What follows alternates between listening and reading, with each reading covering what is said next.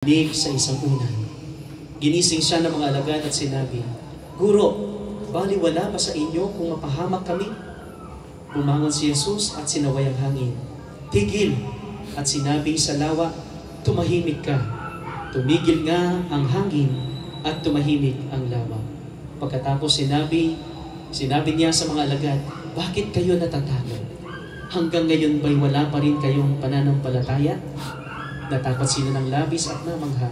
Sabi nila sa isa't isa, "Anong klaseng tao ito?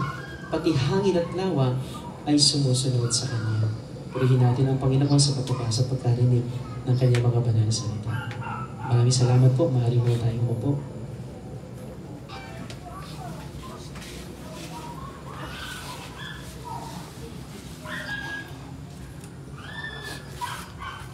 Pagpapasko pa naman ito, busy na yung mga tao.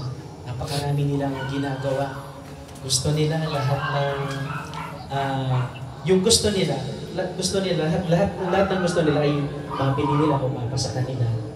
Pero alam niyo, sa mga pagkakataong ganito, labis tayo nalulungkot, labis tayo nagdadalamhati kapag mayroon tayo mga mahal sa buhay na iniiwan tayo o nawawala dahil malapit na yung araw ng Kapaskuhan. Dahil gusto natin kapag araw ng Kapaskuhan, masaya lang tayo.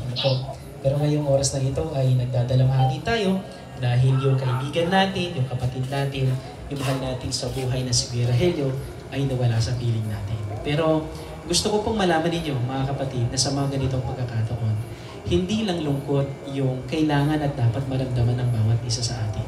Una, tigit sa lahat, si Kuya Rogelio ay payapa na. Tama? Mayroon na siyang kapayapaan.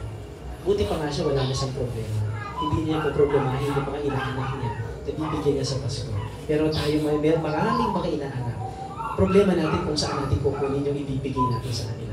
Kaya ngayon sa oras na ito, ang gusto ng Panginoon sa atin ay hindi lang kalungkutan o puro iyak lang yung ating maranasan o puro sakit sa loob yung ating maranasan. Kundi gusto ng Panginoon na maranasan din natin yung kapayapaan na dulot ng kanyang kapangyarihan. Narinig niyo yung binasa kanina sa atin.